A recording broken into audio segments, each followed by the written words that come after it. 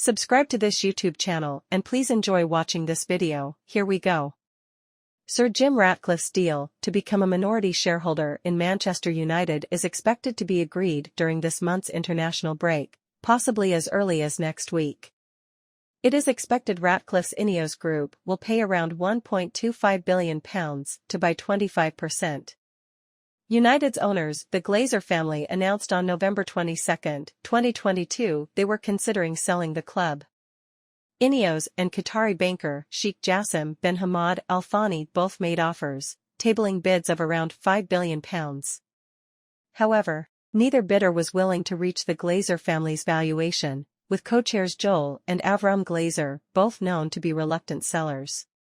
Sheikh Jassim withdrew from the process last month, claiming his final bid, thought to be double United's $3.2 billion, £2.64 billion, stock market valuation, had not met the Glazers' demands.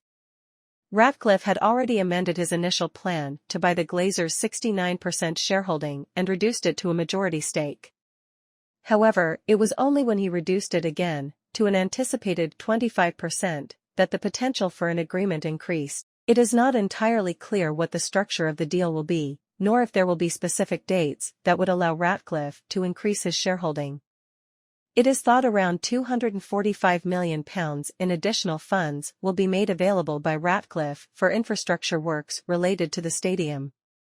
It has been reported Ratcliffe wants to assume control of the football operations side of the club.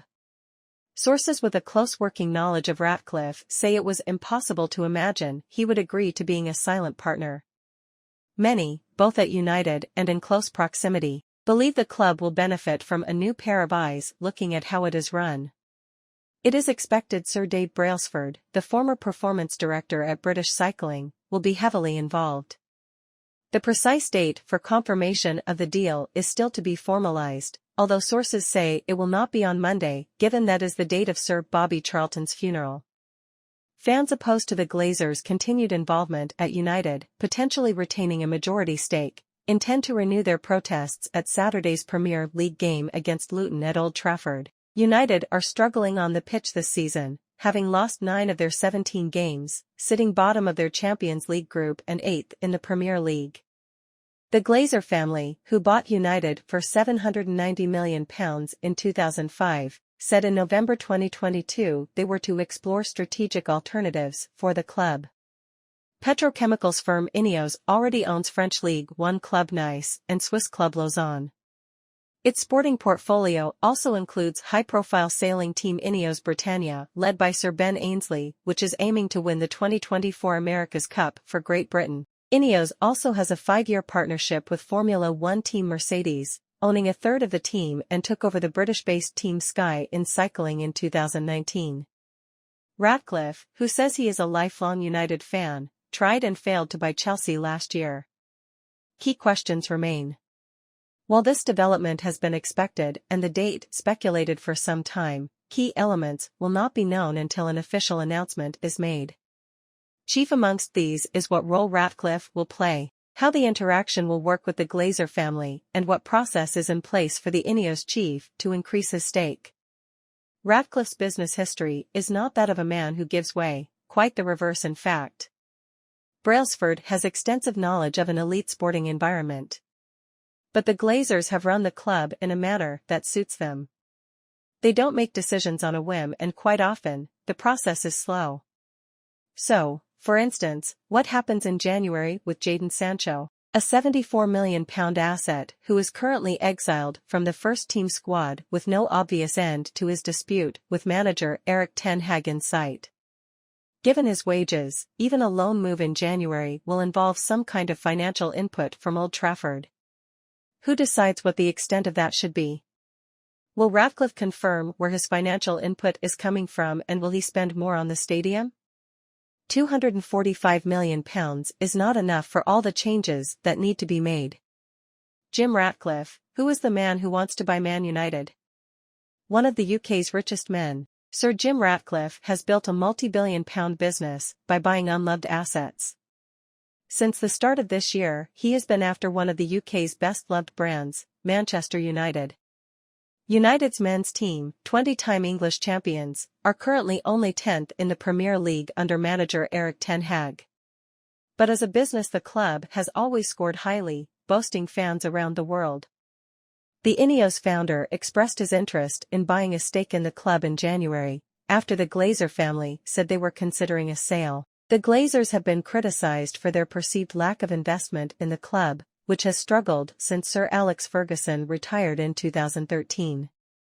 Prior to their Carabao Cup triumph in March this year, the club had not won a trophy since 2017.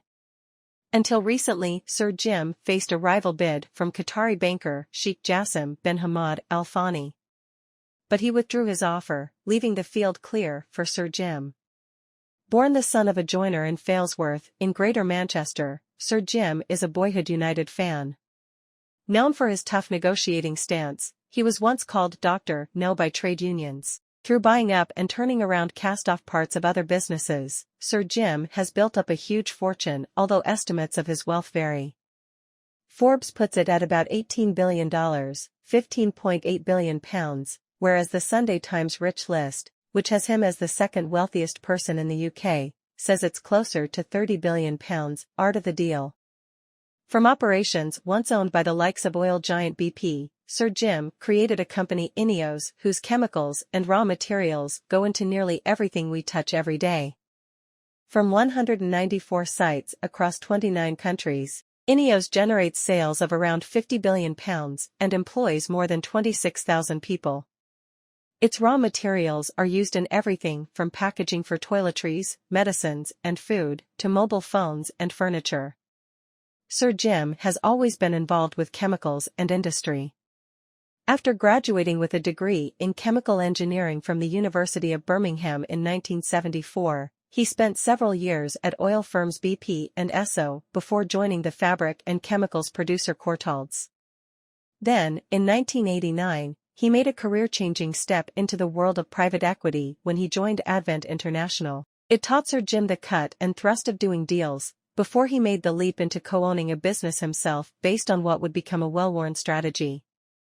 He and fellow businessman John Hollowood bought BP's chemicals division in Hythe, near Southampton, for £40 million in 1992. By 1994, it was valued at £100 million when it floated on the London Stock Exchange. The business, called Inspec, went on to acquire BP's specialty chemicals business in Antwerp, Belgium.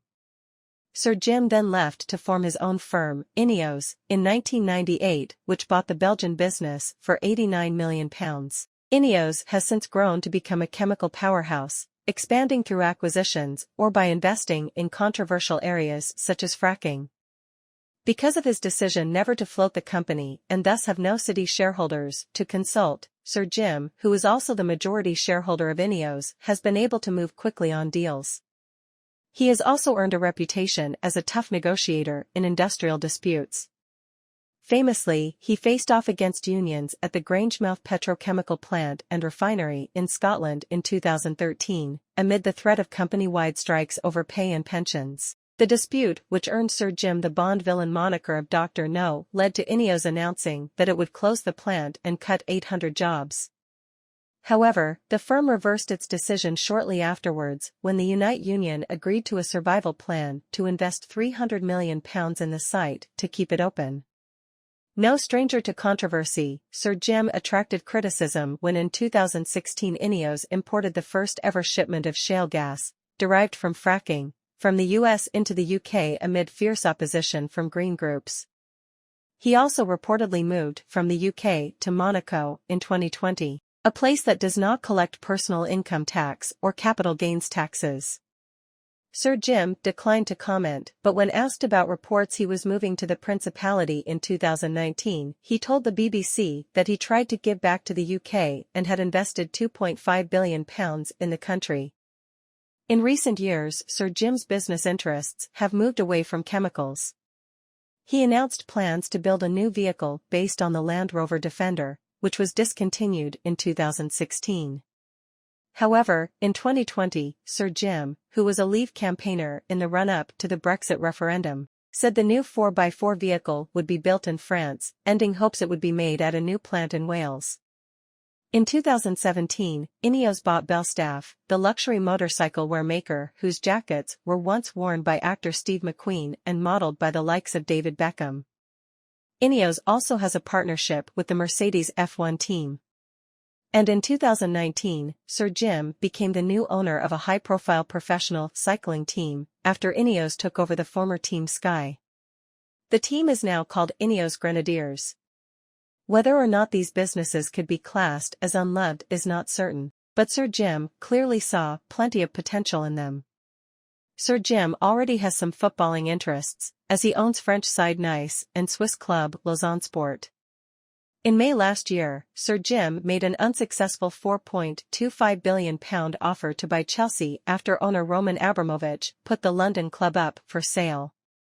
At the time, he told BBC Sport he was a Manchester United fan and the only reason he was not bidding for the Red Devils was because they were not for sale. That is obviously no longer the case. Thank you for